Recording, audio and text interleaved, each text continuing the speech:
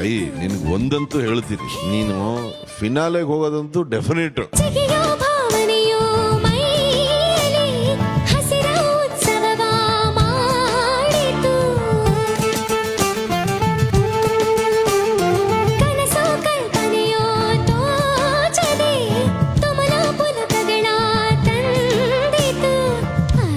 ಸಂಗೀತ ಪ್ರಪಂಚದಲ್ಲಿ ನಿನ್ನ ಭವಿಷ್ಯ ಬಹಳ ದೊಡ್ಡದಾಗಿರುತ್ತೆ. ಹೇಳಿಗಿಬ್ಬ